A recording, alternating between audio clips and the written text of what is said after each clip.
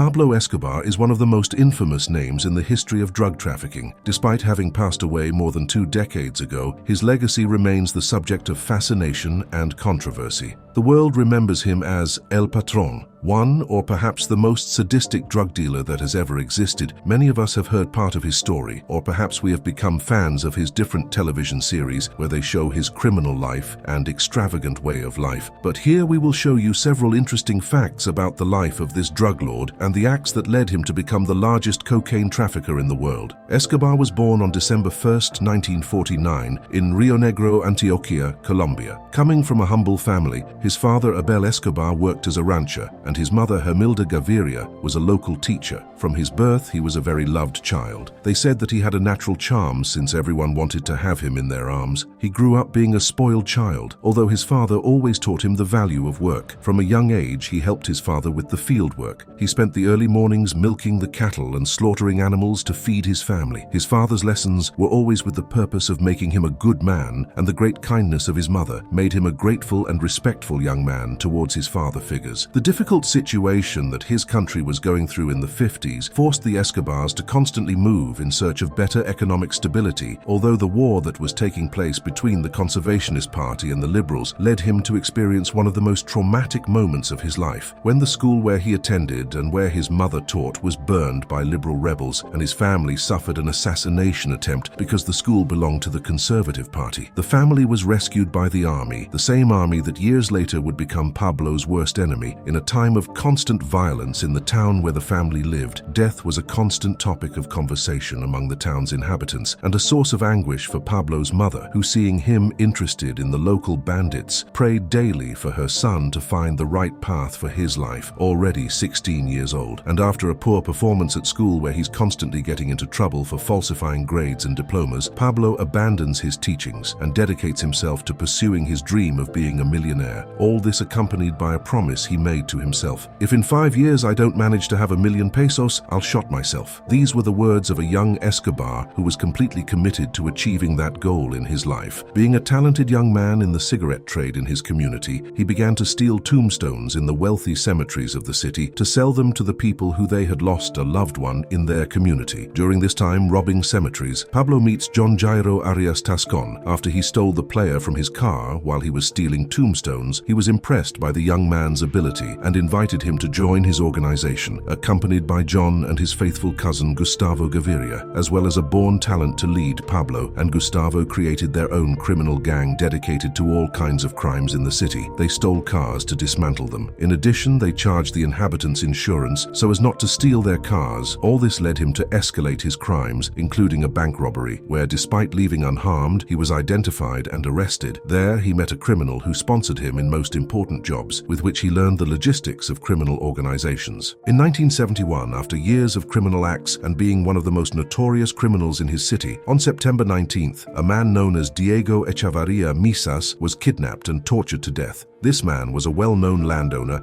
hated by the poor of his city.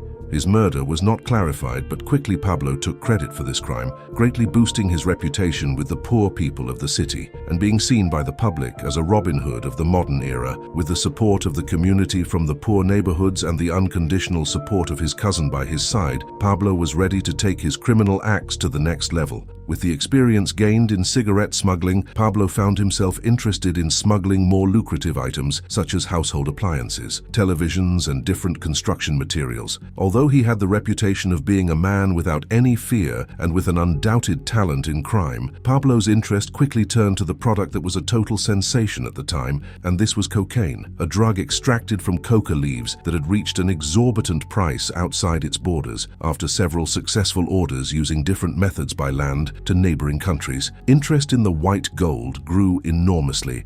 Pablo acted as an intermediary, buying the drug from the producers and selling it to traffickers. With a reputation for being a ruthless man and with a facility for violence, he managed to gain the respect of the traffickers, who had to constantly watch their backs since they had to do the job properly and respect the rules established by Pablo, being a member of the biggest drug ring in Medellin. Everything he wanted was easily obtained. This includes money, cars, and women. His taste in women was always very defined. He liked young women, mostly teenagers. At just 25 years of age, he found out that Maria Victoria Henao Vallejos was pregnant by him. Maria, who was only 15 years old, became the wife of one of the biggest criminals in Colombia. A month after the wedding, their first son, Juan Pablo, was born. Despite being a bloodthirsty and ruthless criminal, with his family he was always a loving and respectful man with his mother. In one of his adventures dating models and famous women on television, he established a semi-relationship with Elsie Sofia Muriel, a beauty queen from the city of Medellin, whom Escobar had set his eyes on for her great beauty. It was through this link that John Jairo Velázquez met Pablo, and when the relationship came to an end, John had become unemployed and showed up at Pablo's farm requesting work under the premise that he knew about Pablo's coves and that he only had two options: either give him a job or kill him. If he refused, he would use that information against him. Already a criminal leader,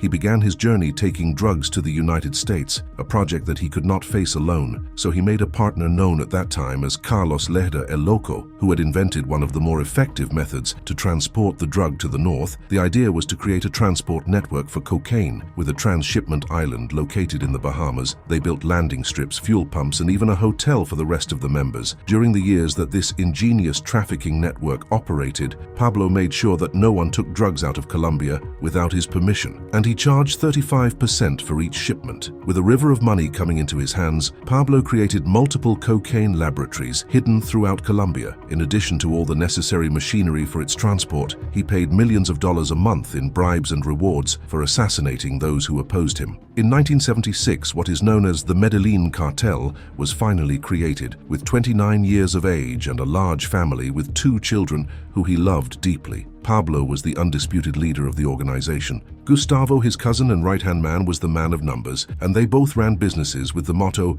"Silver or lead," emphasizing the premise, either you accept the money or you die. Although he was the largest international producer and trafficker of cocaine at the time, the product was rarely consumed by himself. He used to despise addicts because they made mistakes, and if anything was clear about Pablo Escobar, it was that mistakes meant death. In 1979, the Medellin cartel controlled 85% of the US cocaine market, a multi-billion-dollar company and thousands of members around the world. You may wonder what a man with carte blanche and all the money he can spend does. Well, he built his own paradise called Hacienda Naples, 7,500 acres long. It had more than 20 artificial lakes, airstrips, 6 acclimatized pools, and its main attraction was a special zoo full of exotic and endangered species. The entrance to the farm had the small plane he used for his first cocaine shipment as a trophy for the guests to see. So much was his control in the cities of Colombia that people took private buses to visit his farm, located 120 kilometers east of Medellin.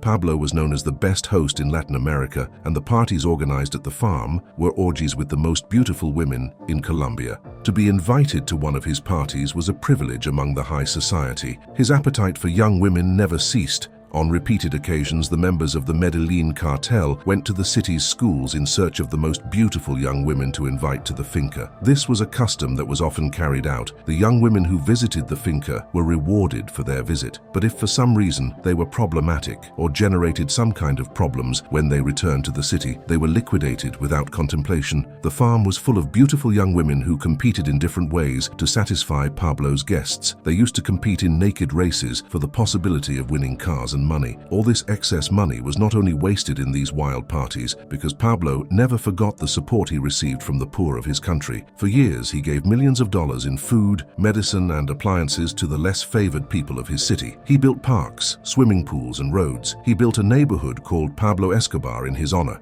which consisted of 250 houses for the neediest people who lived in the dump of Medellin. For years, the neighborhood grew despite being demolished by the government in an act of hatred towards Pablo Escobar. In 2012, the neighborhood was recognized by the Colombian state and houses more than 16,000 inhabitants with more than 4,000 homes. In 1982, after having conquered the world of crime and being a recognized figure in Colombia, he decided to run for Congress, looking for ways to legitimize the cocaine industry in Colombia and wanting even more power. With only 32 years old, he was elected substitute congressman and focused on demonstrating that the Colombian people loved him. Having a large number of politicians on his payroll, he believed he was invincible, and his goal of being a powerful congressman was hindered by presidential candidate Luis Galan, who denounced Pablo's drug ties and the acts he was was committing to obtain his money. The Minister of Justice at the time, Rodrigo Lara Bonilla, became the greatest persecutor of Escobar at the time. His complete conviction of the horrendous acts committed by Escobar led him to achieve his expulsion from Congress, ending his political career. This was an achievement for Bonilla, who continued his career without knowing that only 3 months later he would be assassinated under orders of Pablo Escobar. The assassination of the Minister of Justice was a decisive step in Pablo's activities towards terrorism. He was determined to bring Colombia to its knees. In 1985, Pablo Escobar, along with other major drug traffickers, joined forces to show the government that they were not going to be intimidated. That same year, they sent an attack led by guerrillas armed with high-caliber machine guns to attack the Palace of Justice of Colombia. The attack lasted days. The army, despite responding with tanks and helicopters, failed to greatly reduce the casualties caused by the guerrillas, who amounted to 97 people dead. 11 of these were senior members of the judiciary of Colombia. This attack terrified the Colombian judiciary. The United States proposed an extradition treaty, in which Colombian criminals were allowed to be tried and imprisoned in the United States. This was a very important step in the war against drugs and drug traffickers, since in Colombia they could easily buy their freedom, but in America they would be tried with the full weight of the law. For months the government hunted Pablo Escobar exhaustively, but due to the great ties of corruption that he had, they were never really close to capturing him, as he was always one step ahead of the authorities. Pablo, who was tired of running away, offered to turn himself in under the condition of not being extradited to the United States, but the Colombian government rejected this offer, forcing Pablo Escobar to respond in the only way he knew how. On August 18th, Luis Carlos Galán, the presidential candidate who had accused Escobar of being a drug trafficker and had been involved in his expulsion from Congress, would appear to speak to a crowd of his supporters. One of Escobar's thugs shot him dead. This had a profound impact on the Colombian people, who saw in Galán a charismatic leader full of proposals and objectives for the welfare of all. This act profoundly changed the public opinion of Pablo Escobar, who had now become a Colombian terrorist who was far from finishing his acts against the government, since only 3 months after assassinating Luis Galán, he carried out an attack against César Gaviria, who would be Galán's successor in the campaign. Pablo ordered to place a bomb in the plane where César Gaviria would travel, resulting in the death of 107 people in the incident perpetrated by the Medellin cartel. Just hours after the crash of the aircraft, it was confirmed that César Gaviria was not on the plane, but that it had been a direct attack on him and his circle. A wave of violence continued to affect Medellin, a city that by the end of the decade reached more than 250 murders every weekend. A wave of terror submerged the people of Colombia, while Escobar's prosperous business continued to grow, leading him to be recognized as one of the richest men in the world. Despite his great fortune,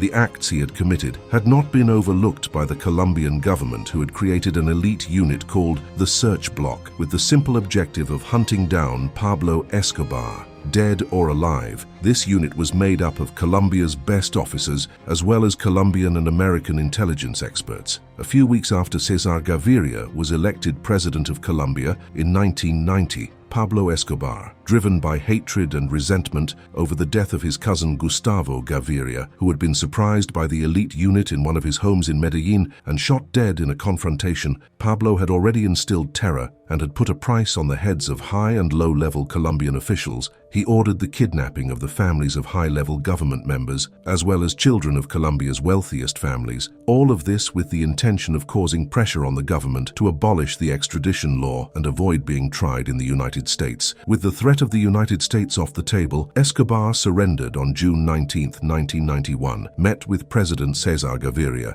and closed one of the most incredible deals in the history of Colombia and the world, where he was to plead guilty to a lesser charge, and in exchange all the horrendous acts of the past would be forgiven and forgotten. All this was world news. The president was in the media saying that Pablo Escobar had finally been captured, but what was not said was that Pablo would be held in a prison that he himself had built, where the control of all the guards and jailers was managed by him. This complex was built near Escobar's family. It had all the comforts and luxuries. It looked like a country club instead of a prison. All this farce worked out for Pablo, who enjoyed all this, plus the elite unit created to hunt him down was not allowed to go near the facilities. Although Pablo's conviction was a complete farce, the government was congratulated by the people, since the wave of terror had stopped and the murders had stopped almost entirely. This did not stop the business and even less the cruelty, because when they realized the absence of Escobar, several members of the Medellin cartel decided to steal some of his money. This concluded in these members being tortured and killed in the same prison where Pablo was serving his sentence. Upon learning of these acts, the government ordered Pablo to be transferred to a maximum security prison, but this never happened because the same unit that was sent for his transfer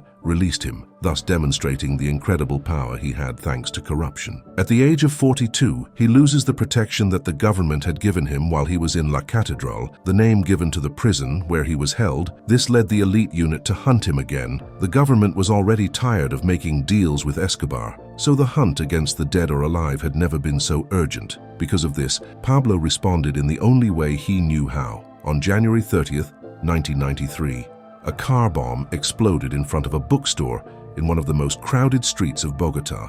21 people, including children, die in the attack, and more than 70 were injured. This made the people unite and hunt him. A group called Los Pepes was created.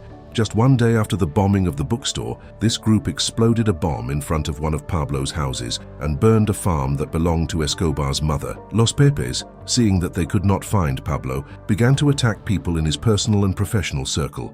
Anyone who was involved with the Medellin cartel was a target for the organization. Absolutely everything, including houses, ranches, and farms, were destroyed. Animals worth millions of dollars were slaughtered, all with the sole purpose of hurting Escobar and finding his whereabouts. His family was constantly persecuted, and the government blocked any attempt by Escobar to get his family out of Colombia. With this intense hunt by the government and the people of Colombia, Pablo Escobar's circle of trust was greatly reduced, and when the date of December 1st, 1993 arrived on his 44th birthday, he showed great sadness at not being able to be with his family. One day after his birthday, Pablo calls his son Juan Pablo, and against all the rules, the call is extended to more than 5 minutes, which allows the elite unit to track Pablo's location to a small community of Los Olivos in Medellin. A huge elite unit moves to the location and surrounded the house. Upon entering the house, one of Pablo's loyal bodyguards, known as El Limon, begins a confrontation with the police in which he dies. Pablo exits through the balcony of the house and armed shoots the officers, who return fire, and in an attempt to escape, fleeing over the roof of the house, is hit by 3 shots. One of them hits his head, resulting in instant death. The leader of the Medellin cartel, the most wanted and dangerous man in the world, dies on the roof of a house like a common criminal. On December 3rd, 1993, the funeral of Pablo Emilio Escobar Gaviria was attended by more than 20,000 people in a divided mixture of joy and tears. Many celebrated his death while his family members mourned his loss. The divided opinions will live on for many years, but there is no doubt that the man behind the nickname El Patron will live forever. Today, his fame has been undeniable, giving rise to dozens of series, documentaries, soap operas, and books about his criminal acts and the repercussions his product caused worldwide, as well as being a hero to the poor of his country and a terror to the Colombian government, leaving a legacy of 10,000 dead under his greatest wave of terror. Pablo Escobar's family has had a mixed fate since his death in 1993. Generally speaking, they have experienced ups and downs in their lives following the fall of the Medellin cartel and the death of their leader. On the one hand, some members of the family have been persecuted by the authorities and have had to flee the country, while others have remained in Colombia